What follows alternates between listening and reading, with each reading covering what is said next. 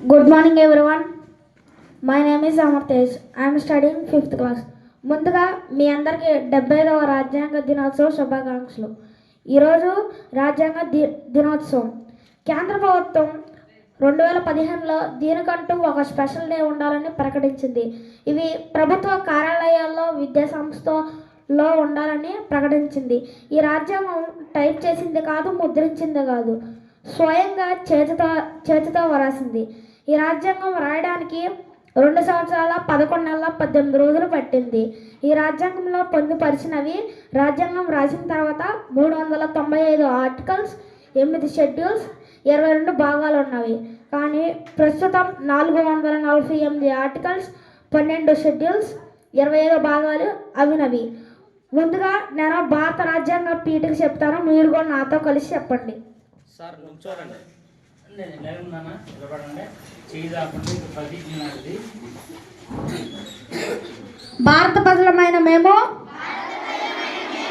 భారతదేశాన్ని సర్వసత్తాక, సామ్యవాద, లౌకిక, ప్రజాస్వామ్య, గణతంత్ర రాజ్యాంగ నిర్మించుకోవడానికి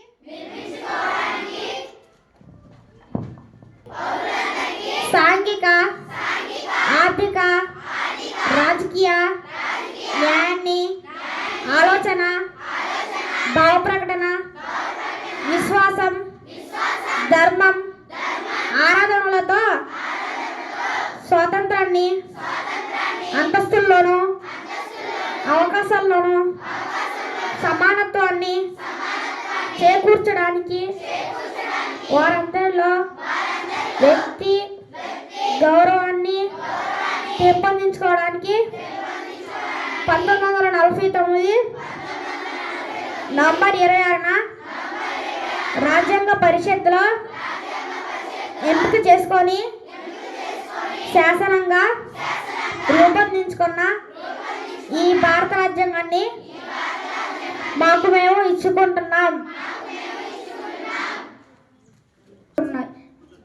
కూర్చోండి, అవి ఏంటో ఇప్పుడు చెప్తా. 1వ షెడ్యూల్ భారత సముఖ్యలోని రాష్ట్రాలు, కేంద్రపాలిత ప్రాంతాలు. 2వ షెడ్యూల్ జీతభత్యాలు. 3వ షెడ్యూల్ ప్రమాణ స్వీకారాలు. 4వ షెడ్యూల్ భారత సముఖ్యలోని రాష్ట్రాలు, కేంద్రపాలిత ప్రాంతాల సీట్ల విభజన. 5వ షెడ్యూల్ ప్రాంతాల పరిపాలన. 6వ షెడ్యూల్ ఈశాన్య రాష్ట్రాల్లోని గిరిజన ప్రాంతాల పరిపాలన. 7వ షెడ్యూల్ కేంద్ర రాష్ట్రాల మధ్య అధికార విభజన. 8వ షెడ్యూల్ భారత రాజ్యాంగం గుర్తించింది 22 భాషలో. 9వ షెడ్యూల్ కోర్టుల పరిధిలోకి రాని కేంద్ర రాష్ట్రాలు జారీ చేసిన చట్టాలు. 10వ షెడ్యూల్ పార్టీ ఫిరాయింపుల నిరోధక చట్టం. 11వ షెడ్యూల్ గ్రామ పంచాయతీల అధికారాలు. 12వ షెడ్యూల్ నగర పంచాయతీ, మున్సిపాలిటీ అధికారాలు. భారత రాజ్యాంగంలో 22 భాగాలు ఉండేవి, అవి కాస్త 25 అయినవి. ఇప్పుడు ఏంటో చెప్తా. 1వ భాగం కేంద్ర రాష్ట్ర భూభాగాలు. 2వ భాగం పౌరసత్వం. 3వ భాగం ప్రాథమిక హక్కులు. 4వ భాగం ఐరాసిక సూత్రాలు. 5వ భాగం కేంద్ర ప్రభుత్వం. 6వ భాగం రాష్ట్ర ప్రభుత్వం. 7వ భాగం పార్ట్ బి రాష్ట్రాలు తొలగించారు. 8వ భాగం కేంద్ర పాలిత ప్రాంతాలు. 9వ భాగం పంచాయతీరాజ్. 10వ భాగం షెడ్యూల్ ప్రాంతాలు, షెడ్యూల్ తెగలు. 11వ భాగం కేంద్ర రాష్ట్ర సంబంధాలు. 12వ భాగం కేంద్ర రాష్ట్రాల మధ్య ఆర్థిక సంబంధాలు. 13వ భాగం వ్యాపారం, వాణిజ్యం. 14వ భాగం కేంద్ర రాష్ట్రాల సర్వీసులు. 15వ భాగం ఎన్నికల సంఘం, ఎన్నికలు. 16వ భాగం ఎస్సీ ఎస్టీ ఇతరులకు ప్రత్యేక సదుపాయాలు. 17వ భాగం అధికార భాష. 18వ భాగం అత్యవసర పరిస్థితులు. 19వ భాగం ఇతర అంశాలు. 20వ భాగం భారత రాజ్యాంగ సవరణ విధానం. 21వ భాగం తాత్కాలిక ప్రత్యేక సదుపాయాలు. 22వ భాగం హిందీలో రాజ్యాంగ తర్జమా. 23వ భాగం రాజ్యాంగ సవరణ. 24వ భాగం తాత్కాలిక ప్రవర్తన మరియు ప్రత్యేక నిబంధనలు. 25వ భాగం సంక్షిప్త శీర్షిక హిందీలో ప్రారంభం, అధికార వచనం మరియు రద్దు. భారత రాజ్యాంగంలో 395 ఆర్టికల్స్ ఉన్నవి. అవి కాస్త 440 ఉన్నాయి. వాటిల్లో నాకు తెలిసినవి ఒక 100 చెప్తాను, ఎందుకంటే టైం చాలదు కాబట్టి. ఆర్టికల్ 1 యూనియన్ పేరు మరియు భూభాగం. ఆర్టికల్ 2 కొత్త రాష్ట్ర ప్రవేశం లేదా స్థాపన. ఆర్టికల్ 3 రాష్ట్రం యొక్క సృష్టి మరియు సరిహద్దులు లేదా పేర్ల మార్పు. ఆర్టికల్ 4 రాజ్యాంగం ప్రారంభంలో పౌరులు. ఆర్టికల్ 6 పాకిస్తాన్ నుండి భారతదేశానికి వస్తున్న కొంతమంది వ్యక్తుల పౌరసత్వ హక్కులు. ఆర్టికల్ 7 భారతదేశం నుండి పాకిస్తాన్ వెళ్ళే వారికి కొంతమంది వ్యక్తుల పౌరసత్వ హక్కులు. ఆర్టికల్ 8 భారతదేశం వెలుపల నివసిస్తున్న కొంతమంది వ్యక్తుల పౌరసత్వ హక్కులు. ఆర్టికల్ 9 స్వచ్ఛందంగా విదేశీ రాష్ట్ర పౌరసత్వం తీసుకుంటే భారత పౌరుడు కాదు. ఆర్టికల్ 10 పౌరసత్వ హక్కుల చట్టాన్ని పాలనం. ఆర్టికల్ 13 ప్రాథమిక హక్కులను ఉల్లంఘించే లేదా అవమానించే చట్టం. ఆర్టికల్ 14 చట్టం ముందు అందరూ సమానులే. ఆర్టికల్ 15 మతం, కులం, లింగం, సంతతి లేదా పుట్టిన ప్రదేశం ఆధారంగా వివక్షను నిషేధించడం. ఆర్టికల్ 16 ప్రజా ప్రణాళికలో అవకాశాల సమానత్వం. ఆర్టికల్ 17 అంటరానితనం యొక్క ముగింపు. ఆర్టికల్ 18 శీర్షికల ముగింపు. ఆర్టికల్ 19 వాక్ స్వేచ్ఛ. ఆర్టికల్ 20 నేరాల శిక్షకు సంబంధించి రక్షణ. ఆర్టికల్ 21 జీవిత రక్షణ మరియు వ్యక్తిగత స్వేచ్ఛ. ఆర్టికల్ 22 కొన్ని సందర్భాల్లో అరెస్ట్ నుండి రక్షణ. ఆర్టికల్ 23 మానవ అక్రమ రవాణా మరియు పిల్లల ఆశ్రమం. ఆర్టికల్ 24 కర్మాగారాల్లో పిల్లలకు ఉపాధిని నిషేధం. ఆర్టికల్ 25 మనశ్శాంతి స్వేచ్ఛ మరియు ప్రవర్తన మరియు మతం యొక్క ప్రచారం. ఆర్టికల్ 26 మతపరమైన వ్యవహారాల నిర్వహణకు స్వేచ్ఛ. ఆర్టికల్ 29 మైనార్టీల ప్రయోజనాల పరిరక్షణ. ఆర్టికల్ 30 విద్యా సంస్థలను స్థాపించడానికి మరియు నిర్వహించడానికి మైనార్టీ విభాగాల హక్కు. ఆర్టికల్ 31 ఆస్తి హక్కు 44వ రాజ్యాంగ సవరణ ద్వారా తొలగించబడింది. ఆర్టికల్ 32 హక్కుల అమలుకు నివారణలు. ఆర్టికల్ 36 రాష్ట్ర నిర్వచనం. ఆర్టికల్ 38 ప్రజా సంక్షేమం ప్రోత్సాహానికి రాష్ట్రం సామాజిక వ్యవస్థను రూపొందిస్తుంది. ఆర్టికల్ 39 స్త్రీ పురుషులకు సమాన పనికి సమాన వేతనం. ఆర్టికల్ 39A సమాన న్యాయం మరియు ఉచిత న్యాయ సహాయం. ఆర్టికల్ 40 గ్రామ పంచాయతీల సంస్థ. ఆర్టికల్ 41 పని విద్య మరియు ప్రజల సహాయం పొందే హక్కు. ఆర్టికల్ 43 కర్మకారులకు జీవనాధార వేతనాల ప్రయత్నం. ఆర్టికల్ 43A పరిశ్రమల నిర్వహణలో కార్మికుల భాగస్వామ్యం. ఆర్టికల్ 44 పౌరులకు ఏకరీతి సివిల్ కోడ్. ఆర్టికల్ 48 వ్యవసాయ మరియు పశుసంవర్ధక సంస్థ. ఆర్టికల్ 48A పర్యావరణ అడవుల మరియు వన్యప్రాణుల రక్షణ. ఆర్టికల్ 49 జాతీయ స్మారక స్థలాలు మరియు వస్తువుల రక్షణ. ఆర్టికల్ 50 ఎగ్జిక్యూటివ్ నుండి న్యాయ వ్యవస్థ యొక్క వ్యక్తీకరణ. ఆర్టికల్ 51 అంతర్జాతీయ శాంతి మరియు భద్రత. ఆర్టికల్ 51A ప్రాథమిక విధులు.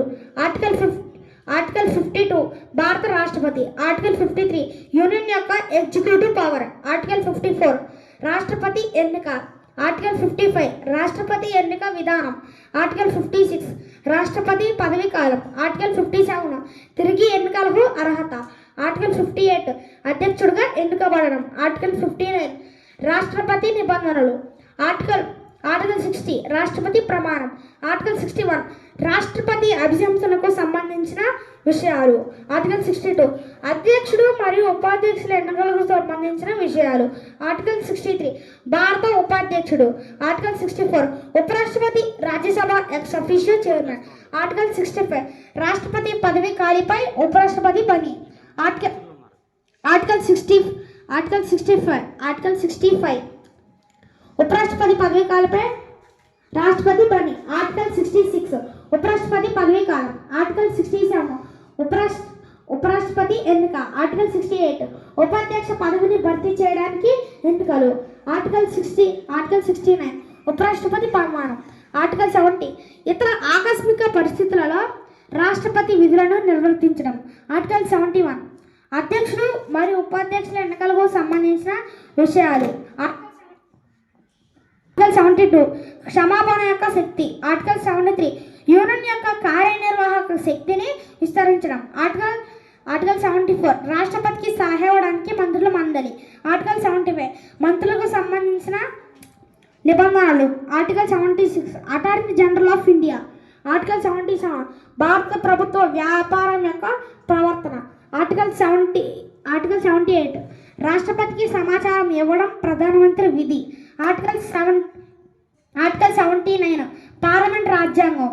ఆర్టికల్ 80 లోక్సభ నిర్మాణం. ఆర్టికల్ 81 రాజ్యసభ నిర్మాణం. ఆర్టికల్ 83 పార్లమెంట్ ఉభయకాలం. ఆర్టికల్ 84 పార్లమెంట్ సభ్యుల అర్హతలు. ఆర్టికల్ 85 పార్లమెంట్ సభ్యుల సెషన్ ప్రోగ్రెస్ మరియు రద్దు యొక్క సెషన్. ఆర్టికల్ 87 రాష్ట్రపతి ప్రత్యేక చిరునామా. ఆర్టికల్ 88 ఇళ్లకు సంబంధించి మంత్రుల మరియు అటార్నీ జనరల్ హక్కులు. ఆర్టికల్ 89 రాజ్యసభ చైర్మన్ మరియు deputy chairman. Article 90 deputy chairman పదవి తొలగించడం తీర్మానం ఉంటే తొలగించడం. ఆర్టికల్ 91 చైర్మన్ యొక్క విధులు మరియు అధికారాలు. ఆర్టికల్ 92 చైర్మన్ లేదా డిప్యూటీ చైర్మన్లను తొలగించే తీర్మానం పరిశీలనలో ఉంటే అధ్యక్ష పదవి. ఆర్టికల్ 93 లోక్సభ స్పీకర్ మరియు డిప్యూటీ స్పీకర్. ఆర్టికల్ 94 అధ్యక్ష పదవి ఖాళీగా ఉంది. ఆర్టికల్ 95 స్పీకర్ల విధులు మరియు అధికారాలు. ఆర్టికల్ 96 ఉపరాష్ట్రపతి పదవి తొలగించడం పరిశీలనలో ఉంటే స్పీకర్ అధ్యక్షత వహించరు. ఆర్టికల్ 97 చైర్మన్, డిప్యూటీ చైర్మన్ మరియు వైస్ చైర్మన్ జీతం మరియు భత్యాలు. Article 98 parliament. ఆర్టికల్ 99 సభ్యుడి ప్రమాణం లేదా ధృవీకరణ. ఆర్టికల్ 100 వనరులతో ఓటింగ్ ఖాళీలు ఉన్నప్పటికీ శక్తి ఇళ్ల పనితీరుకు శక్తి మరియు కోడ్. ప్రపంచ దేశాల్లో అతిపెద్ద లిఖిత రాజ్యాంగం ఏదైనా ఉందంటే భారత రాజ్యాంగమే. Thank you for giving this opportunity. జై భారత్ రాజ్యాంగం. జై భీమ్.